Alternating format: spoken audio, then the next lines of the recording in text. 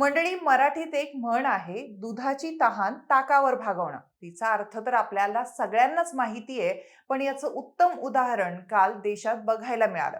शिक्षण मंत्री धर्मेंद्र प्रधान यांच्या राजीनाम्यासाठी दिल्लीत आणि देशभरात विद्यार्थी आंदोलन करत असताना काल रात्री उशिरा शिक्षण विभागाचे सचिव विनीत जोशी यांची तडकाफडकी बदली करण्यात आली.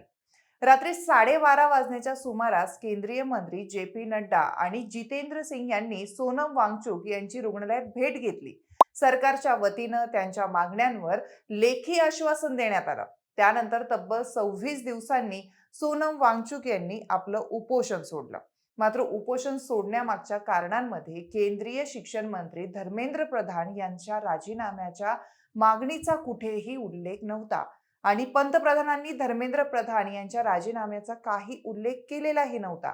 पण शिक्षण विभागाचे सचिव विनीत जोशी यांची तडकाफडकी बदली करण्यात आली. सीजेपीनं जोवर धर्मेंद्र प्रधान यांचा राजीनामा होत नाही तोवर आंदोलन सुरूच राहणार असल्याची भूमिका स्पष्ट केली असती, तरी पण या सगळ्या शिक्षण विभागाचे सचिव विनीत जोशी यांची बदली का करण्यात आली? विनीत जोशी नेमकं कोण आहेत? त्यांचा नीट पेपर फुटीशी काही संबंध आहे का? या सर्व प्रश्नांची उत्तरं आपण जाणून घेणार आहोत आजच्या या व्हिडिओच्या माध्यमातून. नमस्कार, मी ऋतुजा आणि तुम्ही पाहताय विषयच भारी. मंडळी, गुरुवारी रात्री दिल्लीत बऱ्याच उलाढाली घडल्या. रात्री उशिरा पंतप्रधान नरेंद्र मोदींनी सोशल मीडियावर एक व्हिडिओ शेअर करून नीट पेपर फुटीबाबत सरकार कोणती पावलं उचलणार याची माहिती देशाला दिली. शिक्षण विभागाचे सचिव विनीत जोशी यांची तडकाफडकी बदलीही करण्यात आली. सोनम वांगचुक यांनी त्यांचं उपोषण मागं घेतलं. सरकारतर्फे त्यांना लेखी आश्वासन देण्यात आलं. उपोषण संपल्याची बातमी समजताच जंतर मंतरवर आंदोलनकर्त्यांनी जल्लोष केला आणि घोषणाबाजीही झाली. त्यानंतर सीजेपी प्रमुख अभिजित दिपके यांनी स्पष्ट भूमिका मांडली. त्यांनी सांगितलं की सोनम वांगचुक यांनी उपोषण सोडल्याचा आनंद आहे, परंतु जोपर्यंत केंद्रीय शिक्षण मंत्री धर्मेंद्र प्रधान यांचा राजीनामा होत नाही तोपर्यंत आंदोलन थांबवलं जाणार नाही. 26 दिवसांचा त्याग आणि विद्यार्थ्यांनी सहन केलेला संघर्ष वाया जाऊ दिला जाणार नाही. शिक्षण मंत्री धर्मेंद्र प्रधान यांच्या राजीनाम्यासाठी दिल्लीत आणि देशभरात विद्यार्थी आंदोलन करत असताना सरकारने मात्र प्रधान यांना पाठीशी घालत त्यांच्यावर कारवाई न करता प्रशासकीय अधिकाऱ्यांवर कारवाई करण्याचा मार्ग स्वीकारला. काल रात्री उशिरा शिक्षण विभागाचे सचिव विनीत जोशी यांची तडकाफडकी बदली करण्यात आली. मंडळी, विनीत जोशी हे मणिपूर केडरचे 1992च्या तुकडीतील भारतीय प्रशासकीय सेवेतील वरिष्ठ IAS अधिकारी आहेत. 3 दशकांहून अधिक काळात आपल्या कारकिर्दीत त्यांनी शिक्षण आणि परीक्षा क्षेत्रातील भारतातील सर्वात प्रभावशाली प्रशासकीय व्यक्तिमत्व म्हणून काम आणि आपली ओळख देखील निर्माण केली आहे. डिसेंबर 2024 ते जुलै 2026 या काळात त्यांनी उच्च शिक्षण विभागाचे सचिव पद भूषवलंय. त्यासोबतच त्यांची NTA पहिले महासंचालक म्हणून नियुक्ती करण्यात आली होती. त्यावेळी त्यांनी CUET, NEET आणि JEE यासारख्या संगणक आधारित राष्ट्रीय प्रवेश परीक्षा प्रणालींची सुरुवात केली. नीट प्रकरणात आजवर त्यांच्यावर कुठलाही आरोप नसताना आणि त्यांच्या नावाची कुठेही चर्चा होत नसताना त्यांची अशी तडकाफडकी बदली करण्यात आल्याने अनेक नवीन प्रश्न आता निर्माण झाले आहेत. सरकारने शिक्षण मंत्री धर्मेंद्र प्रधान यांचा राजीनामा स्वीकारला नाही, कारण मंत्र्यांचा राजीनामा म्हणजे सरकारची चूक मान्य केल्याचा संदेश गेला असता.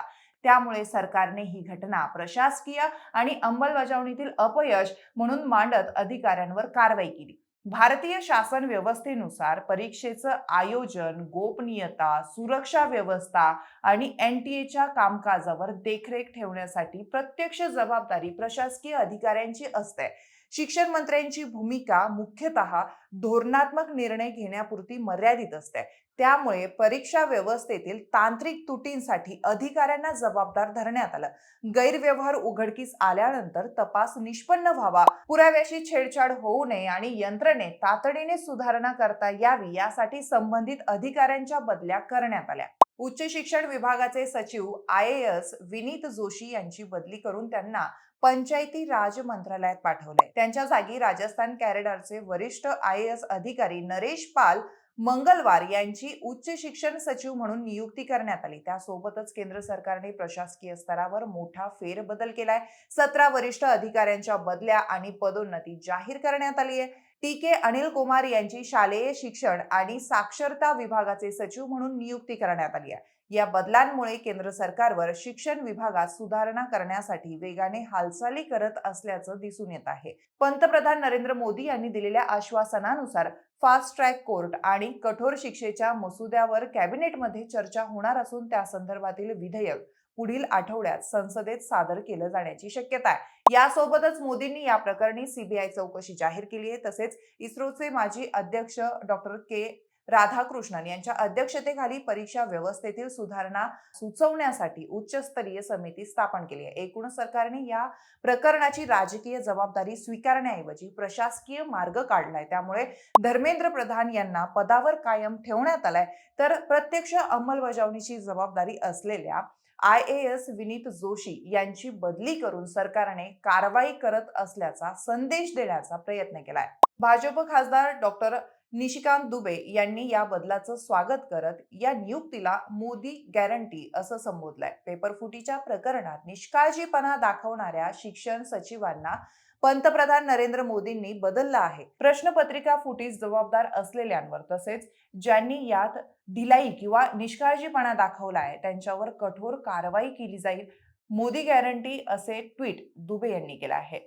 आता यावर आज सीजेपी आणि काही मंत्र्यांची दिल्लीत बैठक होणार आहे. त्यानुसार काही वेगळा निर्णय समोर येतो का ते कळेलच. पण सोनम वांगचुक यांनी उपोषण मागे घेतल्यानंतर सरकार आणि सीजेपी यांच्यात होणाऱ्या बैठकीत सरकार आंदोलनकर्त्यांच्या मागण्या मान्य करणार का, तसेच शिक्षण मंत्री धर्मेंद्र प्रधान यांच्या राजीनाम्याबाबत काही निर्णय होणार का, याकडे सगळ्यांचं लक्ष लागलेलं आहे. पण तोपर्यंत तुम्हाला या घडामोडीबद्दल काय वाटतं? शिक्षण विभागाचे सचिव विनीत जोशी यांची झालेली बदली यावर तुमचं मत काय, याबद्दल आम्हाला कमेंट करून नक्की सांगा आणि विशेष भारीच्या YouTube चॅनलला सबस्क्राईब करायला विसरू नका.